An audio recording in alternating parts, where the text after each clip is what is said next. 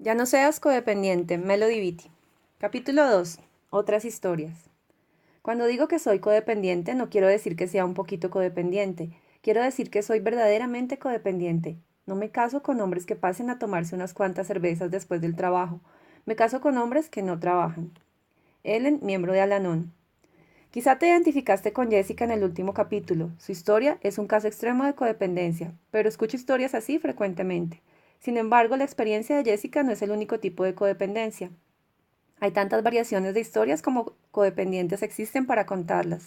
He aquí unas cuantas. Gerald, un hombre apuesto y con personalidad que habrá cumplido hace 2 o 3 años los 40. Se llama a sí mismo un éxito en los negocios, pero un fracaso en mis relaciones con las mujeres. Durante la preparatoria y los años universitarios, Gerald salía con muchas mujeres, era popular y se le consideraba un buen partido. Sin embargo, después de recibirse, sorprendió a su familia y a sus amigos al casarse con Rita. Ella lo trataba peor que cualquier otra mujer con las que había tenido alguna relación. Se comportaba fría y hostil hacia Gerald y sus amigos. Compartía con él pocos intereses y no parecía interesarse mucho por él ni quererlo. 13 años después, el matrimonio terminó en divorcio, cuando Gerald descubrió que eran verdad algunas cosas que había sospechado durante años. Rita tenía citas con otros hombres desde que se casaron y abusaba, y esto lo venía haciendo desde hacía mucho tiempo, del alcohol y las drogas. Gerald se sentía devastado, pero luego de estar de duelo durante 2 meses, se enamoró locamente de otra mujer, quien era una alcohólica empedernida que empezaba a beber desde la mañana hasta que caía desplomada. Después de pasar varios meses preocupado por ella, intentando ayudarla, tratando de averiguar qué era lo que la impulsaba a tomar, tratando de controlar su manera de beber para finalmente disgustarse con ella porque no dejaba de hacerlo, Gerald dio por terminada esa relación. Pronto conoció a otra mujer y se enamoró de ella y se fue a vivir a su departamento. A los pocos meses, Gerald empezó a sospechar que también ella era dependiente de los químicos. Pronto, Gerald se encontró gastando gran parte de su tiempo en preocuparse por su novia. La vigilaba, hurgaba en su bolso buscando pastillas o alguna otra evidencia, y le preguntaba acerca de sus actividades. En otras ocasiones, él simplemente negaba que su novia tuviera algún problema. Durante estas ocasiones, se mantenía ocupado, trataba de disfrutar el tiempo que pasaba con ella y se decía a sí mismo, soy yo soy el que estoy mal. Durante una de las muchas crisis en las que en la más reciente relación, cuando Gerald se encontraba temporalmente sacudido por negarse al ver el problema, acudió a un consejero experto en dependencias químicas en busca de ayuda. Sé que debería terminar con esta relación, dijo Gerald, pero no estoy preparado para hacerlo. Juntos podemos hablar de todo, somos tan buenos amigos y yo la amo. ¿Por qué? ¿Por qué me pasa esto siempre a mí?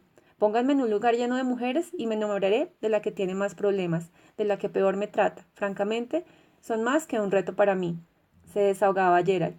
Si una mujer me trataba demasiado bien, me ahuyentaba. Gerald se consideraba un bebedor social que nunca había tenido problemas a causa de la bebida. Dijo al consejero que él jamás había usado drogas. El hermano de Gerald, quien estaba cerca de cumplir los 50 años, era alcohólico desde adolescente. Gerald negaba que alguno de sus difuntos padres hubiera sido alcohólico, pero de mala gana admitió que su padre pudo haber bebido demasiado. El consejero sugirió que el alcoholismo y la manera excesiva de beber de la familia inmediata de Gerald podía estarlo afectando todavía en sus relaciones. ¿Cómo es posible que sus problemas me estén afectando a mí?, preguntaba. Mi padre murió hace varios años y a mi hermano casi no lo veo. Después de unas cuantas sesiones, Gerald empezó a llamarse a sí mismo codependiente, pero no sabía con exactitud qué significaba eso ni qué hacer al respecto. Cuando Gerald llegó a sentirse menos enojado sobre el problema inmediato en su relación, dejó de acudir a la terapia. Decidió que los problemas de su novia con las drogas no eran tan graves. Se convenció a sí mismo de que sus problemas con las mujeres se debían a la mala suerte. Se dijo que esperaba que su suerte cambiara algún día. ¿Es por mala suerte el problema de Gerald o es codependencia? Patty. Tenía alrededor de 35 años y llevaba 11 de casada cuando buscó la ayuda de un terapeuta privado. Tenía 3 hijos, de los cuales el más pequeño sufría parálisis cerebral. Patty había dedicado su vida a ser una buena esposa y madre. Le decía a su terapeuta que amaba a sus hijos, que no lamentaba su decisión de quedarse en casa para criarlos, pero que detestaba su rutina cotidiana. Antes de casarse tenía muchos amigos y pasatiempos, trabajaba como enfermera y se interesaba por el mundo que la rodeaba. Sin embargo, en los años que siguieron al nacimiento de sus hijos, en especial al de su hijo inválido, había perdido el entusiasmo por la vida. Tenía pocos amigos, había aumentado cerca de 40 kilos, no sabía cuáles eran sus sentimientos y si se daban Se sentía culpable por experimentarlos. Le explicaba que trataba de mantenerse activa ayudando a sus amigos y trabajando como voluntaria en varias organizaciones, pero sus esfuerzos generalmente daban como resultado sentimientos de inadecuación y resentimiento. Había pensado en volver a trabajar, pero no lo hizo porque lo único que sé hacer es ser enfermera, y estoy harta de cuidar a la gente. Mi familia y mis amigos piensan que soy una torre de fortaleza, la Patty de siempre, confiable ante todo. Siempre está ahí, siempre controlada, siempre lista para ayudarles. La verdad es, decía Patty, que me estoy deshaciendo muy callada, pero muy ciertamente. He estado deprimida por varios años, no puedo sacudirme la depresión, lloro porque vuela una mosca, y no tengo energía alguna. Les grito a los niños todo el tiempo, no tengo ningún interés por el sexo, al menos no con mi marido. Todo el tiempo me siento culpable de todo. Me siento culpable hasta de venir a verlo a usted, le decía al terapeuta. Debería de ser capaz de resolver mis problemas, debería poder salir de esto. Es ridículo que yo desperdicie su tiempo y el dinero de mi esposo en mis problemas, problemas que quizá tan solo me estoy imaginando y sacando fuera de toda proporción. Pero tengo que hacer algo, confesaba Patty. Últimamente he estado pensando en el suicidio. Por supuesto que en realidad nunca me mataría. Demasiada gente me necesita, demasiada gente depende de mí. Les fallaría, pero estoy preocupada, estoy asustada. El terapeuta se enteró de que Patty y su esposo tenían hijos y que el más pequeño sufría parálisis cerebral. Patty también le dijo que antes de casarse su esposo tuvo problemas con el alcohol. Durante su matrimonio él había bebido menos, había conservado el mismo empleo y se había ocupado de proveer a su familia. Pero bajo interrogatorio, Patty le dijo al terapeuta que su esposo no había acudido a las reuniones de Alcohólicos Anónimos ni a ningún otro grupo de apoyo. En vez de eso, la iba pasando, durante meses enteros en los que bebía los fines de semana. Cuando bebía se comportaba locamente, cuando no bebía era hostil e irritable. No sé qué le ha ocurrido, no es el hombre con el que me casé. Lo que más me atemoriza es que no sé qué me está pasando a mí, ni sé quién soy, decía Patty. Es difícil explicar exactamente cuál es el problema. Yo misma no lo comprendo. No existe un problema grande al que yo no pueda señalar y decir, eso es lo que está mal. Pero siento como si me hubiera perdido a mí misma. En ocasiones pienso, si no, estaré volviéndome loca. ¿Qué me pasa?, preguntaba Patty. Tal vez su esposo sea un alcohólico y sus problemas se deban a la enfermedad familiar que el alcoholismo provoca, sugirió el terapeuta. ¿Cómo puede ser así?, preguntó Patty. Mi esposo no bebe tan frecuentemente. El terapeuta investigó la historia de Patty. Patty hablaba con cariño sobre sus padres y sus dos hermanos adultos. Provenía de una buena familia que era unida y tenía éxito. El terapeuta escarbó más profundamente. Patty mencionó que su padre había acudido a Alcohólicos Anónimos desde que ella era adolescente. Mi padre se volvió sobrio cuando yo estaba en preparatoria, dijo Patty. En verdad lo amo y estoy orgullosa de él, pero los años durante los cuales bebió fueron una locura para nuestra familia. Patty no solo estaba casada con alguien probablemente alcohólico, sino que era lo que ahora se llama un hijo adulto de un alcohólico. La familia en su totalidad había sido afectada por la enfermedad familiar del alcoholismo. Su padre dejó de beber, su madre había ido a Al-Anon. La vida familiar mejoró, pero Patty también fue afectada. Se esperaba que mágicamente superara la forma en que había sido afectada solo porque su padre dejó de beber. En vez de darle sesiones adicionales de terapia, el consejero de Patty la refirió a un curso de autoestima y a una clase de asertividad. El terapeuta también le recomendó a Patty que acudiera a las reuniones de Al-Anon, es decir, los grupos de autoayuda basados en los 12 pasos de los alcohólicos anónimos. Patty siguió el consejo del terapeuta. No se sintió curada el día siguiente, pero a medida que pasaron los meses se encontró tomando decisiones con más facilidad, sintiendo y expresando sus sentimientos y sintiéndose menos culpable. Se volvió más tolerante consigo misma y con la rutina diaria. En forma gradual su depresión cedió. Lloraba menos y reía más. Volvieron su energía y su entusiasmo por vivir. Casualmente, sin ninguna presión por parte de Patty, su esposo se unió a Alcohólicos Anónimos, se volvió menos hostil y su matrimonio comenzó a mejorar. La clave aquí es que Patty cobró control sobre su propia vida. Su vida empezó a funcionar. Hoy si le preguntan a Patty cuál era o es su problema, responderá, soy codependiente. Los pacientes que buscan ayuda en clínicas de salud mental o encargadas de tratar dependencias químicas no son las únicas personas que sufren de codependencia. Randall era un consejero en dependencias químicas y un alcohólico en recuperación que llevaba varios años de sobriedad, cuando se encontró en problemas. Randall era también un hijo adulto de un alcohólico. Su padre y 3 de sus hermanos eran alcohólicos. Siendo un hombre inteligente y sensible que disfrutaba de su trabajo, el problema de Randall era su tiempo libre. La mayor parte de éste lo pasaba preocupándose, obsesionado por otras personas y los problemas de ellas. A veces trataba de deshacer los enredos que hacían ellos.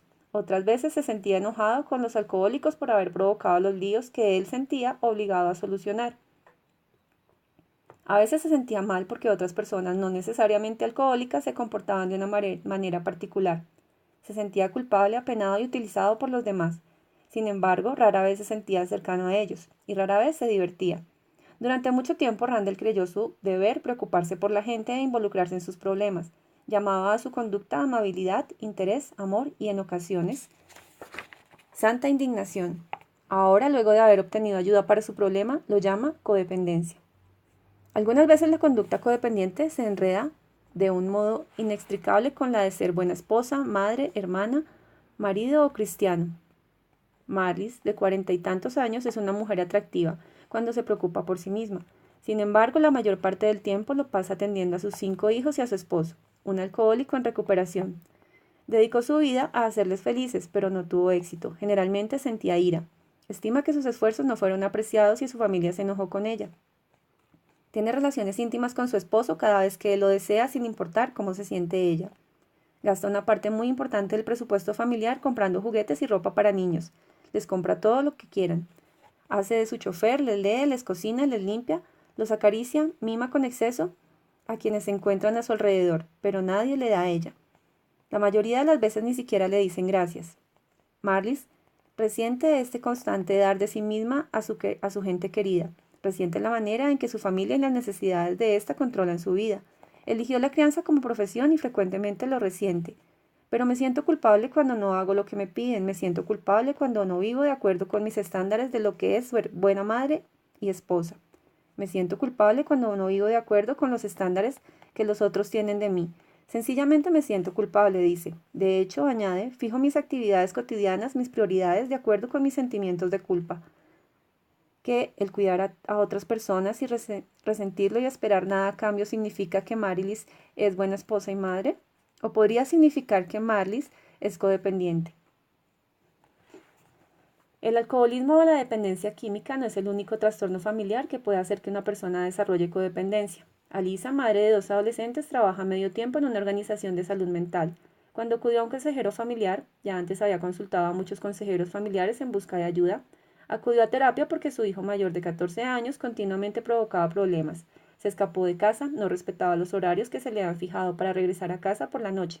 Reprobaba la escuela, desobedecía otras normas familiares y por lo general hacía lo que le daba la gana, cuando le daba la gana. Este niño, le dijo a Lisa al consejero, me estaba volviendo loca. Y hablaba en serio. Estaba enferma de preocupación. Algunos días se encontraba tan deprimida y abrumada que ni siquiera podía levantarse de la cama. Alisa había intentado todo lo que se le había ocurrido para ayudar a este hijo. Lo había puesto en tratamiento 3 veces, lo había colocado en 2 diferentes hogares sustitutos y había arrastrado a la familia entera de consejero en consejero. También probó otras técnicas, amenazas, llantos, súplicas. Se había puesto dura y había llamado a la policía. Probó la amabilidad y la indulgencia. Hasta llegó a actuar como si él no hubiera hecho las cosas impropias que sí había hecho. Llegó a encerrarlo y atravesó medio estado para traerlo de regreso a casa cuando se escapó. Aunque sus esfuerzos no habían ayudado a su hijo, Alisa estaba obsesionada con la idea de encontrar y de hacer esa sola cosa que pudiera hacerle ver lo erróneo de su comportamiento y le ayudara a cambiar. ¿Por qué?, le preguntó al consejero. ¿Por qué me está haciendo esto a mí? Está controlando y arruinando mi vida. El consejero estuvo de acuerdo en que el problema del hijo de Alisa era doloroso, trastornante y que requería que tomara una acción, pero también dijo que el problema no tenía por qué controlar y arruinar la vida de Alisa. Usted no ha sido capaz de controlar a su hijo, pero puede cobrar control sobre sí misma, le dijo. Puede lidiar con su propia codependencia. Cheryl también se clasifica a sí misma como codependiente. Poco después de casarse con el hombre de sus sueños, se encontró viviendo una pesadilla. Su esposo, se dio cuenta, era un adicto al sexo. En su caso, eso significaba que él no podía controlar su impulso de gratificarse con pornografía, de tener una compulsión por enredarse en affairs con otras mujeres. Y como Cheryl decía, solo Dios sabe con qué y con quién más. Supo que su esposo era un adicto al sexo una semana después de su boda cuando lo descubrió en la cama con otra mujer. La primera respuesta de Cheryl fue de pánico. Después de enojo, luego se sintió preocupada por su esposo y el problema que él tenía. Sus amigas le aconsejaron que lo dejara, pero ella decidió seguir casada. Él necesitaba ayuda. Él la necesitaba a ella. Quizá cambiaría. Además, no estaba preparada para dejar ir su sueño de ese futuro color de rosa que podían tener juntos. Su marido se unió a Adictos al Sexo Anónimos, AS, un grupo de autoayuda que sigue los 12 pasos y es similar a Alcohólicos Anónimos. Cheryl se rehusó a acudir a COSA, similar a Al-Anon, grupo de ayuda para los familiares de los adictos al sexo. No quería exhibir públicamente su problema, ni siquiera quería discutirlo en privado. Luego de varios meses, Cheryl, exitosa modelo de moda, se encontró aceptando cada vez menos llamados de trabajo, rechazando invitaciones de sus amigos y quedándose cada vez más en casa. Quería contestar ella al teléfono en caso de que alguna mujer le hablara a su esposo. Quería estar ahí para ver a su marido cuando éste salía de casa y cuando regresaba. Quería ver cómo se veía él, cómo actuaba y cómo hablaba. Quería saber exactamente qué estaba haciendo él y con quién lo estaba haciendo. Frecuentemente llamaba al consejero del grupo de AS para quejarse de su marido, para acusarlo y para indagar acerca de su progreso. Se rehusaba, decía, a que la engañaran y la engatusaran otra vez. Gradualmente se fue alejando de sus amigos y de sus actividades. Estaba demasiado preocupada para poder trabajar. Se sentía demasiado avergonzada para hablar del tema con sus amigos. Su esposo tuvo varios affairs más y a sus amigos les frustraba que ella permaneciera al lado de él y que constantemente se quejara de lo terrible que era ser su esposa. No puedo ni ver a mi marido, no tengo más que desprecio para él, y sin embargo no puedo decidirme a dejarlo, decía Cheryl después. No puedo hacer nada más que estar preocupada y estarlo checando. El punto culminante fue la noche en que lo perseguí con un cuchillo de carnicero, dijo Cheryl. Fue cuando me encontraba peor. Iba por toda la casa corriendo, gritando y desvariando, cuando de pronto me percaté por primera vez de mí. Me había vuelto loca, estaba loca, completamente fuera de control, y él solo se quedó parado ahí, mirándome calmadamente. Entonces supe que tenía que hacer algo que fuera de ayuda para mí. Cheryl se unió a COSA después de ese incidente. Durante esas reuniones empezó a etiquetarse a sí misma y a su pérdida de control como codependencia. Cheryl está ahora separada de su esposo y buscando el divorcio. También se siente bastante mejor. Aunque los ejemplos anteriores han sido dramáticos, la codependencia no tiene necesariamente que ser tan intensa y tampoco implica siempre experiencias con personas gravemente perturbadas. Christine está casada, tiene 2 hijos pequeños y no sabe de ningún caso de alcohólicos ni de trastornos compulsivos en su familia cercana o lejana, y sin embargo se llama a sí misma codependiente. Su problema, dice que es el estado de ánimo de los demás, controla sus emociones. Ella, a cambio, trata de controlar los sentimientos de los otros. Si mi esposo está feliz y yo me sé responsable de ello, entonces me siento feliz. Si está contrariado y también me sé responsable de ello, me pongo ansiosa, incómoda y nerviosa, hasta que él se siente mejor. Trato de hacerlo sentirse mejor. Me siento culpable si no lo consigo, y él se enoja conmigo por intentarlo. Y no me comporto en forma codependiente solo con él, añade. Es con cualquiera, con mis padres, con mis hijos, con quienes me visitan en casa. De alguna manera parezco perderme a mí misma en otras personas. Me fundo con ellas. Me gustaría hacer algo cerca de esto, de esta cosa llamada codependencia, antes de que empeore. No soy terriblemente infeliz, dijo, pero me gustaría aprender a relajarme y a disfrutar de mí misma y de los demás. Un ministro resumió este estado de la siguiente manera. Algunas personas son verdaderamente codependientes y algunos de nosotros somos un poquito codependientes. Escogí los ejemplos anteriores porque son interesantes y porque representan una variedad de experiencias. También nos sirven para eliminar un punto que debe enfatizarse, que ningún ejemplo aislado ilustra al típico codependiente ni a su experiencia. La codependencia es compleja, la gente es compleja, cada persona es única y la situación de cada quien es diferente. Algunas personas tienen experiencias extremadamente dolorosas y debilitantes con la codependencia. Otras no la tienen y pueden ser afectadas solo ligeramente. A veces la codependencia es la respuesta de una persona al alcoholismo de otra. A veces no lo es. Cada codependiente tiene una experiencia única nacida de sus propias circunstancias, historia y personalidad. Empero hay un común denominador a través de todas las historias de codependencia. Este implica nuestra respuesta y nuestra reacción hacia la gente que nos rodea. Implica nuestras relaciones con otras personas, sean estas alcohólicas, jugadoras, adictas al sexo, comedores compulsivos o personas normales. La codependencia implica los efectos que estas personas tienen sobre nosotros y cómo nosotros, en cambio, tratamos de afectarlas. Como dicen los miembros de Al-Anon, Identifícate, no compares. Actividad. Primero, ¿te identificaste con alguna persona en este capítulo? ¿Qué fue lo que te ayudó a pensar en ti mismo? ¿Cuáles relaciones te vinieron a la mente? ¿Por qué? Segundo, puede serte útil comprar un cuaderno y anotar tus respuestas a estas actividades. También podrás anotar ahí otros pensamientos y sentimientos que tengas mientras lees o escuchas este audiolibro.